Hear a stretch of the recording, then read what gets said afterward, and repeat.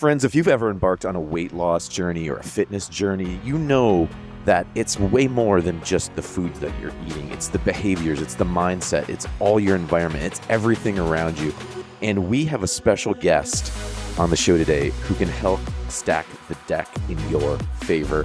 Welcome to the show. I have Jake Platt in the house. Nice to meet you. Hello, Jake. Welcome. Of course, we have Dr. Angela as well. And today we wanted to get a chance to get to know you a little bit and hear more about the cool work that you're doing in this fitness, lifestyle, mindset, life coaching meets wellness coaching, meets fitness, weight loss coaching. It's a cool thing. You've developed your own system. You have a bunch of cool stuff to talk about. Obviously, a big passion of yours. So just give us a little bit of background on you and what you got going on. Sure. I originally am in fitness. So my first career was in the martial arts. So I had taekwondo centers from like 1993 to 2005-ish. And then I was always doubled as in martial arts and also into strength conditioning. And in 2005, I opened up a gym in Green Lake, and I was doing like a hybrid sort of personal training. I was doing mainly just helping tennis players get more fit and more agile. And in 2007, I was introduced to the CrossFit. And so I started to get really into CrossFit. I decided to turn my center into a CrossFit center. And that's really what sparked my interest into getting more into the health side of things. And it's not really talked about too much, but initially CrossFit had a really strong lifestyle component to it. It was all about eating really well. I don't know if you remember back in the day, it was like paleo was like a big craze. And so that's what really got me intrigued. The workouts themselves, was hard for my mind to wrap around, but it was really the holistic outlook on fitness and how diet was such an integral part to the success of being successful in CrossFit. You're going in there, you're taking things, you're amping them up to the highest degree, and you're expecting your body to perform really well. If you don't have the nutrition on point, you're just going to end up suffering. So that was really where I started to get into trying to understand, have a deeper understanding as to how do we bring a program together in fitness that also had a nutritional component to it, a healthy lifestyle component to it, and bring that together, because regular gyms, they're more exercise gyms. They're not health clubs. They're not health and fitness. Like the health part is, I don't know where the health is in a lot of these gyms. And so I decided back then to get really into providing more like holistic nutritional packages for my members of my gym. And so I created a company called Paleo Health. And it was basically from my, I would say, experience working inside that model, that CrossFit model. Rob Wolf at the time was a big instructor, actually. He was a CrossFit instructor, and he was teaching a nutritional course through CrossFit. And so I went to all of his courses and I went through all that program. And I was like, okay, this is where I need to be. And so that's where I was like my introduction into fusing the fitness in with the healthy lifestyle and eating really well. That's where it really began. And that was somewhere around 2010. Yeah. So let me jump in there because it's a cool experience when what you're talking about there is you came from a fitness oriented background, right? You had a lot of interest and passion and expertise there. And then it was one of these kind of pivot moments or cusp moments, or where you take the road less traveled by, where all of a sudden you get exposed to this new training methodology, new insights, new perspective, new knowledge, and it's a fork in the road. And it's one of the cool things I love to hear about people's origin stories and how they end up doing what they're doing. And there's always these unique moments where they get exposed to a new model, new knowledge, new perspective, a new framework, and it just completely shifts and changes the direction of their life. And CrossFit back in the day, OG CrossFit, you're speaking my language. We have a really actually funnily, eerily similar story. I'll save it for another day, but I was at CrossFit level 4 with Dave Warner. Dave. I absolutely do know Dave Warner. And I started CrossFit in 2008 with Dave, or 2000. Oh, no, 2008, 2009. So what was your gym? So I was Northwest CrossFit. You're Northwest. Okay, yeah, cool. But it's funny that you say that, because Dave Warner was the one that I took my first CrossFit class from, and it was at CrossFit North when they were over at Sandpoint, I believe it is, over there. Yeah, the first. His first gym. That's right. And I worked out with him when he was at level 4, that tiny little tucked away box. And it was an incredible experience. The same thing with you. I walked into that gym and I thought I was in great shape, and I thought I knew everything that a person could know about fitness. And I just got my ass handed to me. So it was like a 15-minute workout. I was dying, gasping on the floor. It was like a rowing pull-up kind of thing. Just destroyed me. And I remember Scott Tancato was one of the coaches there, one of his head coaches. You got Scott, yeah. And Scott just had this evil grin on his face the whole time. Like he had just seen so many dudes who walked in there, people who thought they were fit, and they just got schooled. And yeah, the whole thing, that whole transformation, I was in zone. I got super into zone diet, because zone diet used to be the official kind of CrossFit connection. And then it got replaced by paleo. And then you start realizing like zone diet and all these other diets essentially are just dressed up ways of talking about macronutrients and what's really in food and the real value of food. So everything you were saying, I was like inside. I was like, oh my God. I was like almost the same path that I was on. And instead of Rob Wolf, my big guy was Mark Cezanne. I really got into Mark's stuff. Rob's stuff is great too. And that book, his book changed my life, and it was incredible. So I appreciate a person who's gone through that transformational pathway, because I walked through that same door and I walked through that same exact path. And I started a nutrition company and ran a nutrition company for a long time here in Northwest and in the CrossFit space. And so I get it. Everything you're saying, I was like, oh my God, this is crazy. Yeah, that's awesome. Yeah. In 2009, we won the CrossFit Games. So we won the Affiliate Cup, and then we were just heavily into performance, because after winning the games, everybody was like, oh man, we were competing in the open. Everyone wanted to field a team. And I'd had, at that point, I opened up my third gym. So I had a gym in Green Lake, one in Bellevue, then one over in Ballard. And so it was like 3 gyms. And we were just really drinking that whole CrossFit Kool-Aid. Yeah, that was the heyday of CrossFit. Yeah, it was just like the heyday. Explosion. Yeah. And then 2014 came, and I opened up another location at Inner Bay, and we started to see a lot of changes in the market. The marketplace just started to change. We had Orange Theory popping up. We had all these different Barry's Boot Camp, Boot Camp, and all fitness that. boutiques coming in. Yeah, that's right. And so we really were trying to figure out what model we were going to run long term if we were going to survive this competition and stuff that was going on. And I went through a series of personal challenges around that time, and I started to downsize the business into one location over the Green Lake. Prior to that, about a year before COVID, I had signed off my leases to other companies, downsized it over to Green Lake, and I was like, I really want to start something new. And one of the things that was really intriguing to me was what keeps people staying on that path.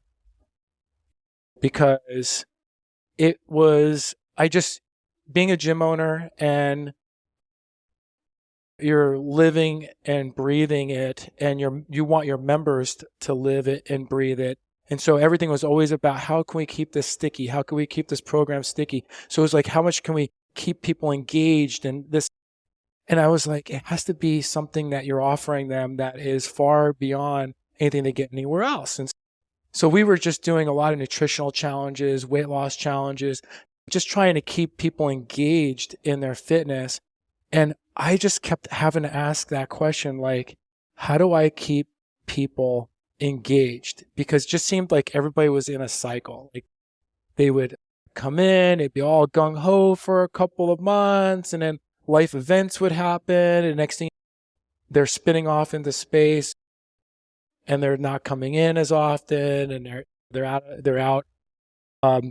out of their cycle. And so I was trying to think, okay, that's got to be the biggest issue. Is it's got to be a mindset issue.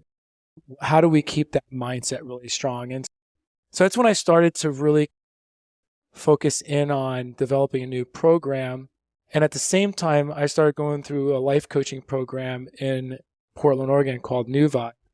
And the owner there, Carl Casanova, is just an unbelievable guy. He's like a Tony Robbins. You get on the phone with him and you're just like, if you're not just completely energized afterwards for a couple of days, then there's something wrong with you. So I went through his course. It was really amazing. And we tackled so many different aspects of life coaching. But there was an element missing. And I couldn't really figure out what it was until I got into life coaching. So once I got certified in 2019, got certified. And then shortly after that, COVID came. And I sold my gym off during COVID. And I was just going, okay, I've got this life coaching certification.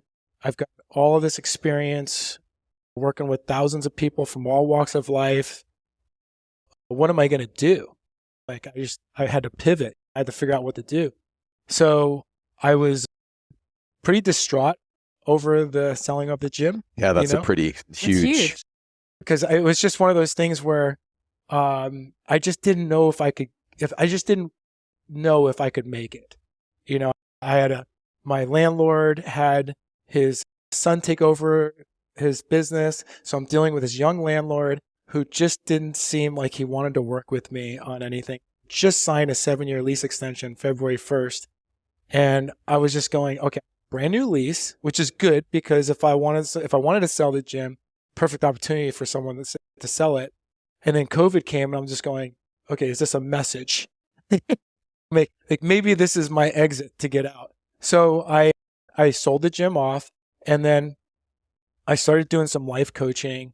And it was during a couple of life coaching sessions that it dawned on me that 90% of the people I'm dealing with are stressed out because they're not taking care of themselves. Like they've got life stressors and they don't have a foundation of health to fall back on to keep themselves in a good place while they're dealing with stress. So it's like a massive double whammy. I started seeing if someone's going through a relationship issue,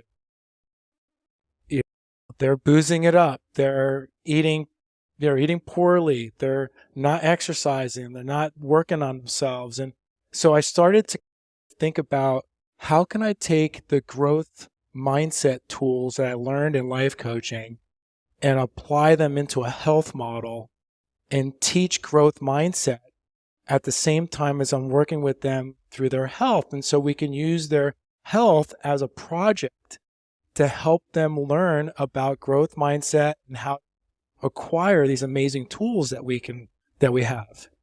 And so that's where I really started to think about MORPH. One day I just came up and I was thinking about an alternative name to transform. And I kept coming out, I was like, and I go, oh, it's morphing. They're morphing into something. And so that's where I got the name from. And then I just tore the name apart and I was like, God, I'm always talking to people about mindfulness. MORPH starts with an M. And I'm like, I'm always working with people on organizational things because you got to get your life organized. I'm like, there's the O. And now you had to keep going. Yeah. Now it's just like, I got to come up with that R. And I'm like, okay, what's the R? And I'm like, okay, I'm always working with people on developing rituals because we have to get out of these bad habits. And the only way you can get out of them is by building yourself some new rituals. And so I was like, okay, that's rituals. And you turn rituals into routines. And so they're indistinguishable pretty much. So interchangeable. So I figured, okay, routines sounds a little bit better than rituals. Rituals sounds could be a little woo Yeah, for it could some be people, woo-woo, or just yeah. evoke a little bit of, what are you talking about? Am I going to be what is that? Yeah, totally. So that's where I got the R from. So I was like, okay, now I'm at MOR and then PH. And I was thinking, okay, there's health in that, there's holistic in that, there's all these things in that. And so I knew P was, I was thinking physical at the time, but then I was like, okay, there's something else that needs to go on here. And I remember doing a meditation class, and I was doing a Sam Harris. I was on his app, and I was doing one of his lessons. He was talking about how you got to make your practice honest. Like, you have to have an honest practice. Like, he was talking about honesty and integrity, and you have to have an integrous life and be honest and practice honestly. And so I was like, practice honestly. That's it. So that's it. Mindful, organized routines, practice honestly. And so that's how I got that MORPH method. And so then I was like, okay, I got that down. And then I was thinking about, I've identified like 6 pillars of health that I felt like really ruled our homeostasis in a lot of ways. And so the first one was hydration. Obviously, if you're dehydrated, you're going to feel sluggish. You're not going to feel very good. It has an impact. It's a negative impact all the way around in your entire body systems, right? Your blood's made out of water. It's like there's so many things made out of water. So hydration was number one because I feel like it was low-hanging fruit. It's something that could be easily rectified, right? Water is... You would think. Yeah, you would think, right? Yeah, surprisingly hard habit for people to pick up. Yeah, exactly. And so I figured, okay, you know what? We'll make hydration pillar 1. And then the second one was sleep. So I figured sleep, of course, is probably the most important. If you think about... One of the hardest, too, yeah, and it's I find, as a physician, very difficult for people often. Oh, unbelievable. Learning about all the sleep, how to get better sleep, this, that, everything else. So I was like, okay, sleep is going to be really important. It's your biggest bang for your buck. And then the next one was nutrition. And obviously, it speaks for itself. You want to have good nutrition. And then the 4th pillar was exercise. And then the 5th pillar for me was breath work, just because a lot of people have shortness of breath. They don't realize that their shortness of breath is triggering a fight-flight response in the body, and it is also changing your pH in your blood, and it has some systemic issues with that. So I was like, okay, when they do their breath work, it'd be really good for them to do meditation, because meditation and breath work go hand in hand. You focus on your breath, it can allow you to become very much one with yourself. So I was like, okay, so I combined the 2 of those together for pillar 5, because I really needed to have pillar 6 kind of stay on its own, which was the growth mindset piece. That was actually the self-development piece that I needed to have in that whole program. And of course, I can go talk about growth mindset for hours, because it's psychology, philosophy. As we were talking about earlier, that one thing I think that really resonated with me is that we were discussing how hard it is for people to maintain good habits. And I see this again and again related to all those things, whether it's the healthy eating or they're getting into an exercise program. And you're right, like the first couple of months are exciting, they're making changes, and then something happens, right? A big stressor. And then they set it aside. And a lot of times they set it aside for a long time, a years. And I see this often. And coming up with accountability, a coach, a program that it's someone's going to reach out to you and go, hey, I haven't heard from you. What happened? Hey, you had a setback. It's okay. Next week. It's okay. We can start over next week. It doesn't matter. Right. I feel like it is a key piece that I will admit it's probably something that is missing in standard healthcare, because this probably is something we should implement, but we don't really have a regimen or a way to set up to say if somebody drops off and we don't see them, we're not necessarily going, hey, calling every patient, where are you? Versus if you are part of a method of something, you're part of a program that's very different.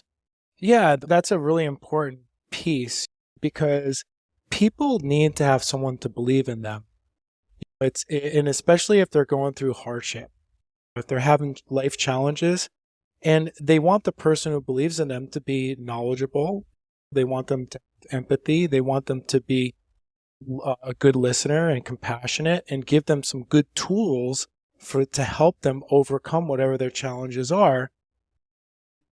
It's having that coach next to you really makes a difference to a lot of people on whether or not they are going to be compliant.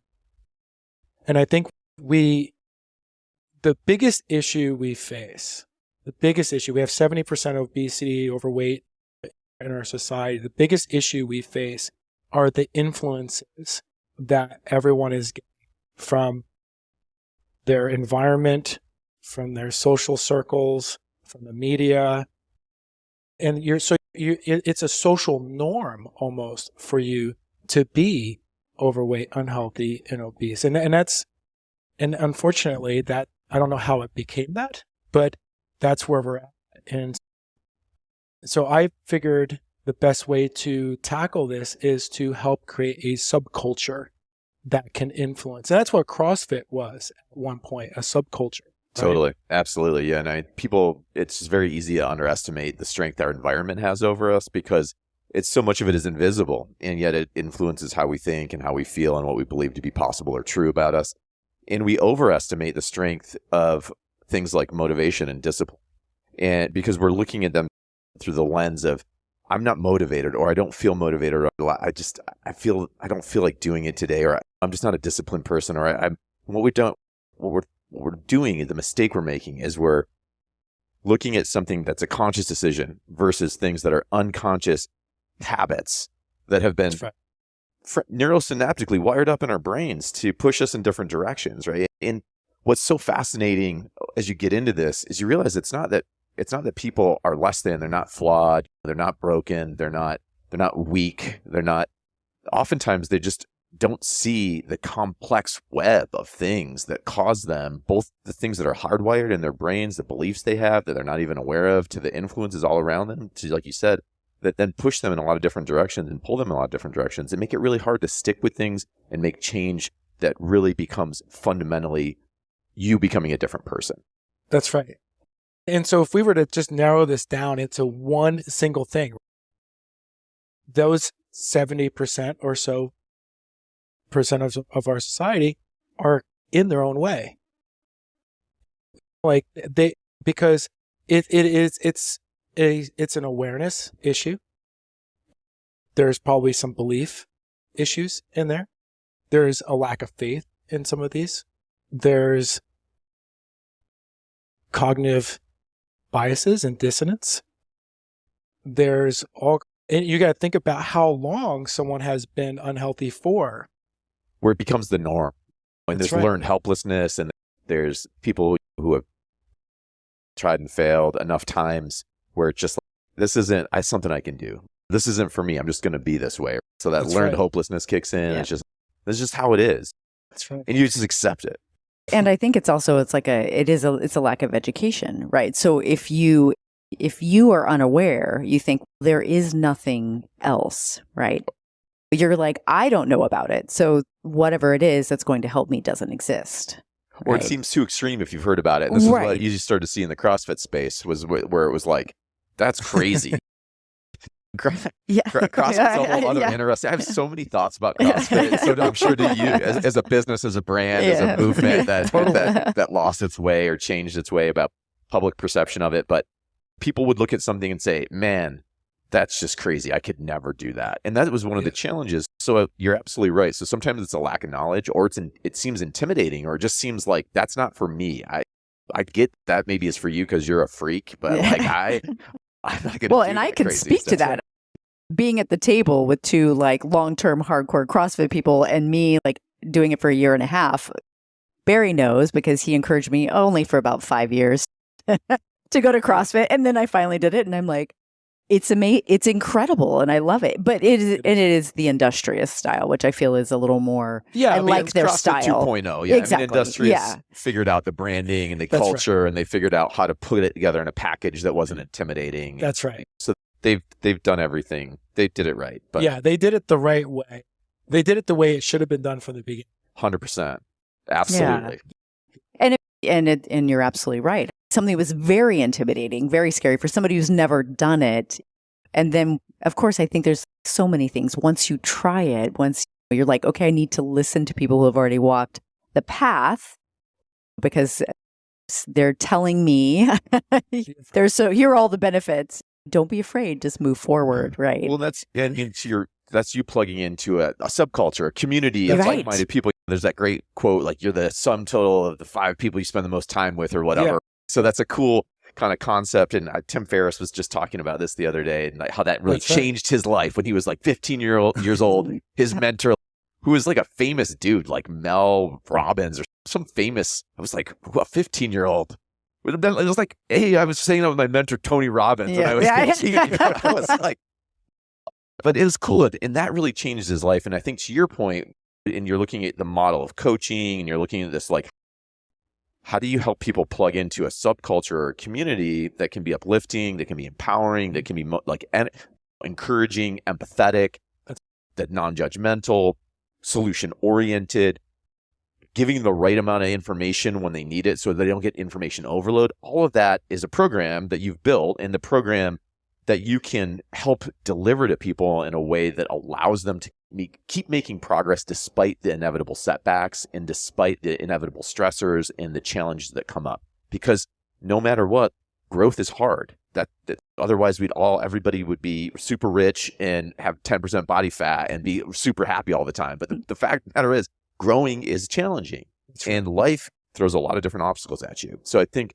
you have so much, I love just the way that you've structured your program that really looks at all these different key areas of a person's life and their system to help them find a way to make positive changes there really last and that synergize. Yeah, it's got to be, everyone's starting from a different place and everyone has a different pace. So that's why I think it all should start with private coaching, because with private coaching, you're going to build personal relationships.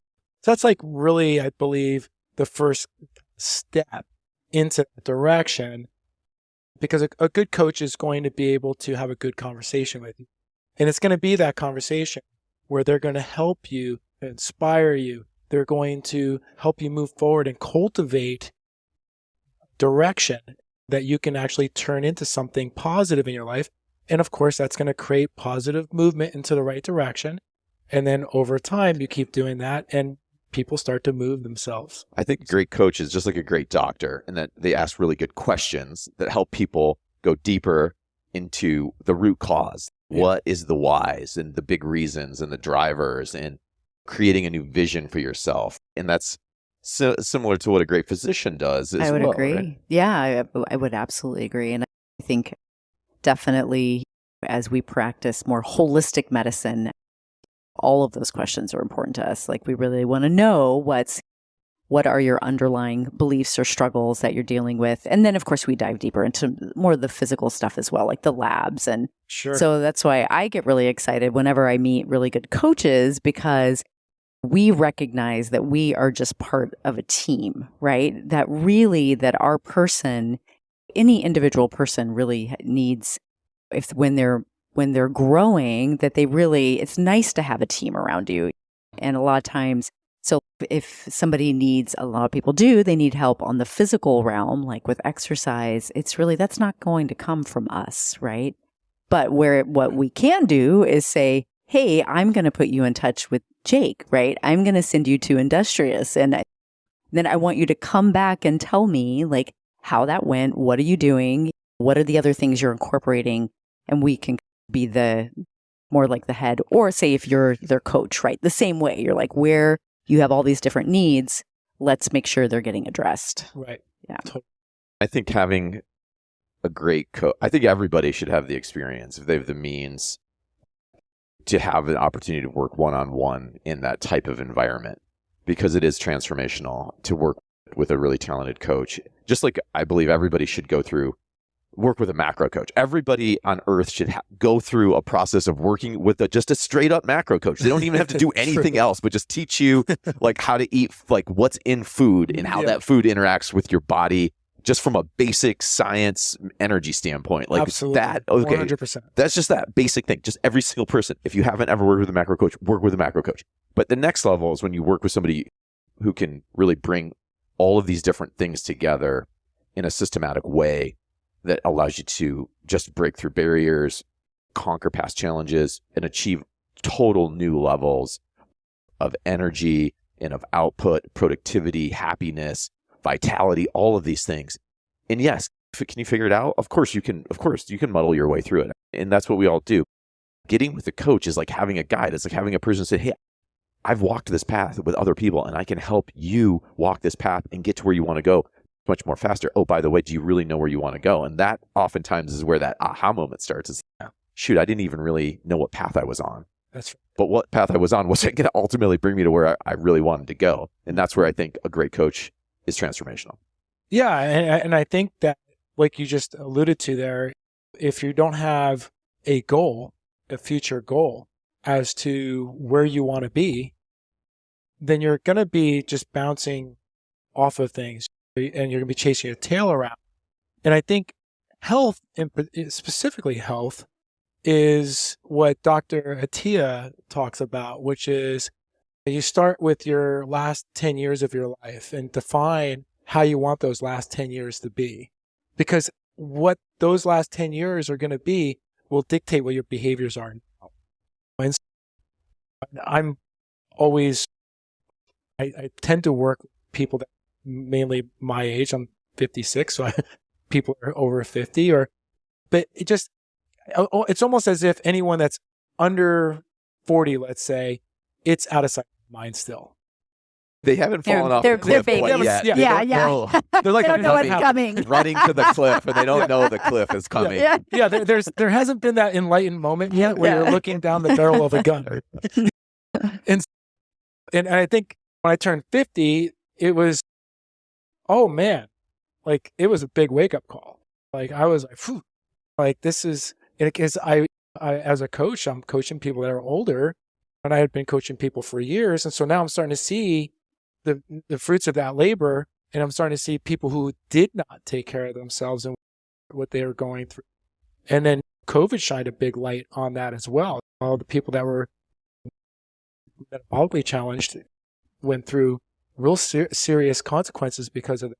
So I immediately just started to go, okay, you know what? What I'm really trying to do for people is establish a relationship with them where we build out an ecosystem on a timeline for their life, and we put a mission statement together. We go through the values. We go through what the vision will be like, just like we would do any other project. And we just benchmark it, and we set goals, and we put together a plan, and we implement a change cycle. And so that change cycle starts with a pre-contemplative stage, right? That's the stage at which they are starting from, right? Before they made the decision that they were going to want to change their life, before aha moment, right? Okay. So they had which is an important stage to understand, because as a coach, I want to know what you did to yourself up to this point and what your life experience has been, and how you've been eating, and how you've been handling stress, and how you've been handling all these things, and what other things you might have had going on in your life. Because the more I can learn about you, the more I can tailor the program around you and help you build it out. Then, so we go from pre-contemplative to contemplative. That's where we're going to sit down. We're going to actually have real conversations about what it is you really want to do. And we're going to dictate a certain pace that you're going to feel confident and comfortable with. And then we're going to set you off on there with action steps that are reasonable, attainable, right?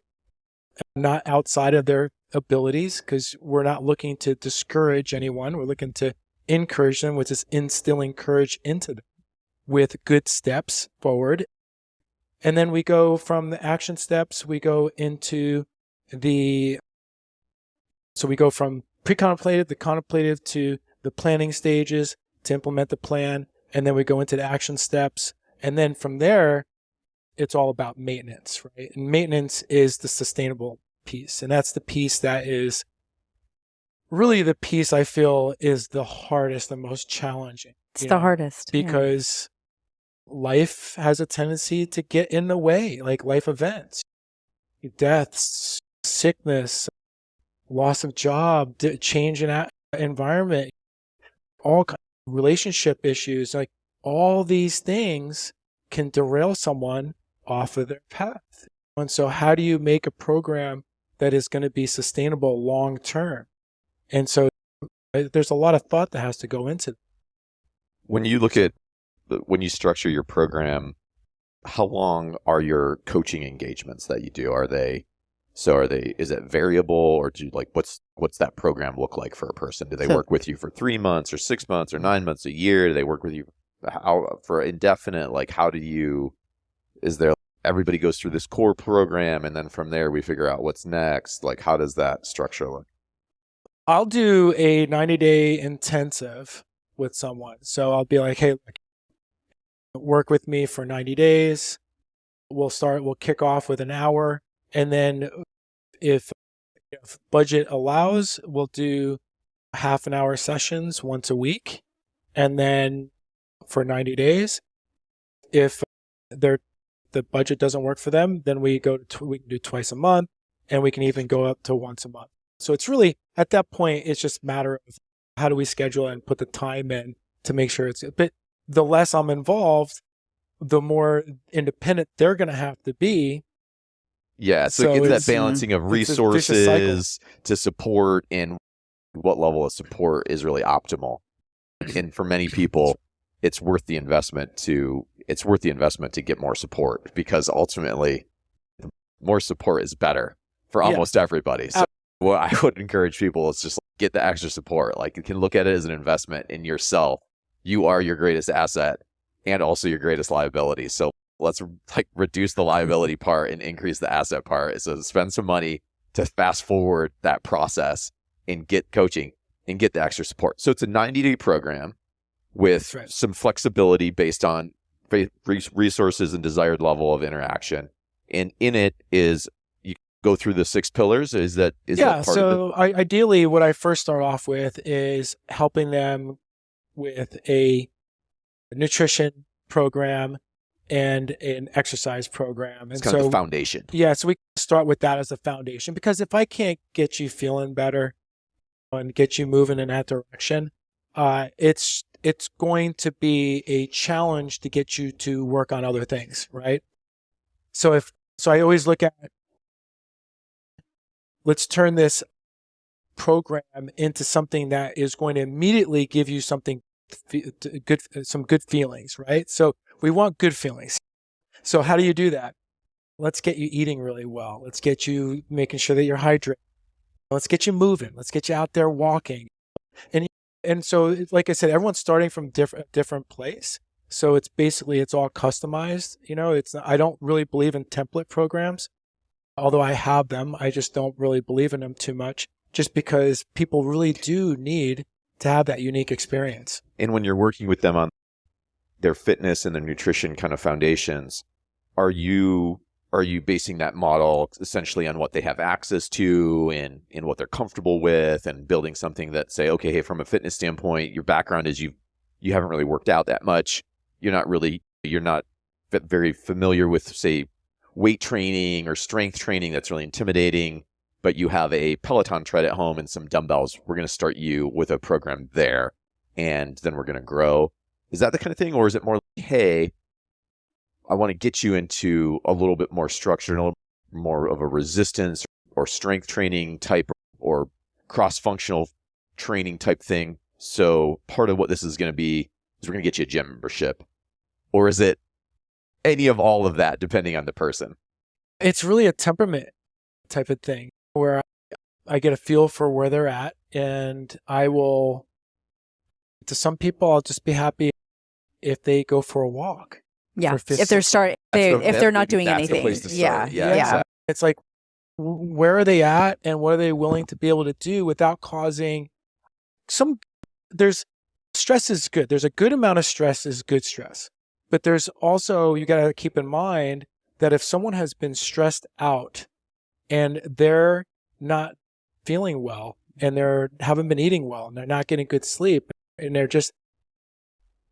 not in a good place, you can stress them out very easily by trying to get them to go to the gym to the point where you're going to have compliance issues. So you got to figure out where people are at, what you believe would be a good compliance program for them that they can initially start off on, and then just with baby steps, move them forward and evolve them. And to answer your question earlier, I've got clients I've been coaching for 5 years now that I coach once every couple of weeks, once a month.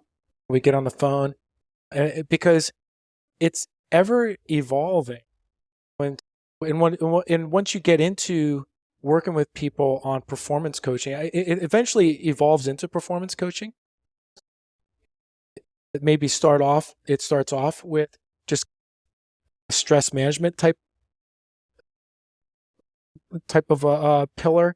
And then once we get through that phase and they start getting things really dialed in, and it starts to move into more, okay, how do we get optimized? How do we keep performing better? Like I have a real estate agent down in Phoenix who I've been working with now for 2 years. I helped her lose 50-some pounds, and I helped her with her real estate business. I helped her just overcome some challenges she was having with that because it was causing her mental stress. And so there's the life coaching piece, right? So it could easily evolve into a life coaching type thing or I could then pivot right back into a health thing, pivot right into an exercise thing. And I think that's the difference in my program, the MORPH Method program, is that if you're going to be a MORPH coach per se, I would want you to have a background in life coaching, a background in health, background in exercise, so that you can speak to those aspects when you're talking to someone. So it's not just. Yeah, exactly. No, you have one brain, one body, right? Right, so it's like right. you're this unified thing, and it's like you need all these things are interconnected. That's right. And trying to understand how do you shore up and help a person succeed in business. I preach this all the time. It's like the foundation of your success in the boardroom. That starts with your baseline physicality and your strength and your health and your wellness and the food that you're eating and how you're fueling and feeding that beautiful brain of yours. And that's going to drive your creativity and your connection and your passion and all your focus and all this kind of stuff. So no, it's all interrelated. And again, I can't emphasize enough the power of having a coach in your corner who's guiding, pushing, pulling, encouraging, redirecting, refocusing, re-asking the question, what you really want, why you really want it, helping you to evaluate your progress, see your progress. Because the other thing too is it's hard when you're just an individual on your own, trying to do something, whether that's change your health, lose weight, make more money, get a promotion, launch a business, be an awesome parent, whatever the thing is, it can be very hard to get outside of your own head and you're just what you're seeing and what you're feeling and the self-doubt or set of limiting beliefs that might be holding you back from really achieving the wins that you want. And having a person who can walk that out with you is incredibly valuable and incredibly powerful. So you're doing good work for the world out there. Yeah. Thank you. And absolutely. And I do want to say, I really love that you meet people where they are. And I just find that as a practitioner that is such a valuable thing, because you're absolutely right. If many people are struggling these days, I think there is a lot of stress in the world. And I think that there's so much to deal with and people are busier than ever. And a lot of times when someone is very overweight, they're tired too. And when you're tired, it's really difficult to think about your next month, don't even think about what am I going to 5 years? I have no idea. I can't even make it through this next week. So it becomes very intimidating and overwhelming. And so it's fantastic to hear, hey, it's okay. Don't be worried. Don't be stressed. We're going to begin wherever you are. And if that just means some walking, it really is. And I think that's really my philosophy, is to get people to believe in themselves and to look at themselves as a magical being. That is, you're not really the role you're playing in society. You're not the role you're playing in all these things that you're doing. You're a much more magical creature than that. Like, you are absolutely incredible. And so how can we get you to make that paradigm shift that you're worth working, that your health is worth working on? And so I think that's the key. I love that. You need a t-shirt that says you are a magical being. That's a great t-shirt. Yeah, it is It's a great t-shirt. So if someone's interested in learning more about working with you, or if they want to follow along, or they want to get more involved with your philosophy and your approach and your material, what are some of the next steps that a person could take? Yeah, so I have a website, MORPHmethod.com, and people can reach me there. It's just a basic landing page with some general information about it.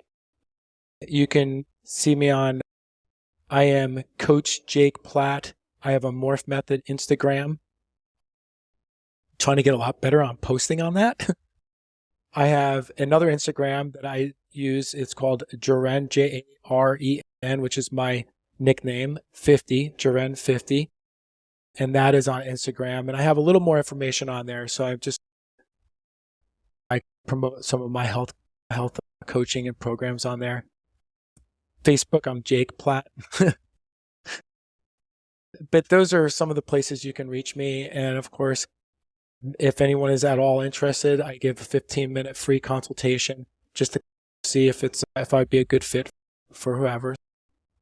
Welcome anyone. That's fantastic. Awesome. I love it. I love it. Yeah, this was great. It was great having you on the show. We'd love to have you back in the future. There's a lot of different topics we can take deep dives on and explore different things, because as you look at it, there's so many cool things to explore, so many things that we can talk about, so many different techniques and tools that you can use to really elevate and thrive. So we appreciate having you on the show, man. We look forward to more conversations in the future. Well, thank you so much. It's been an honor to be here. So thank you so much. Thank you, Jake. Thanks for coming. Thank you. Catch you on the next one.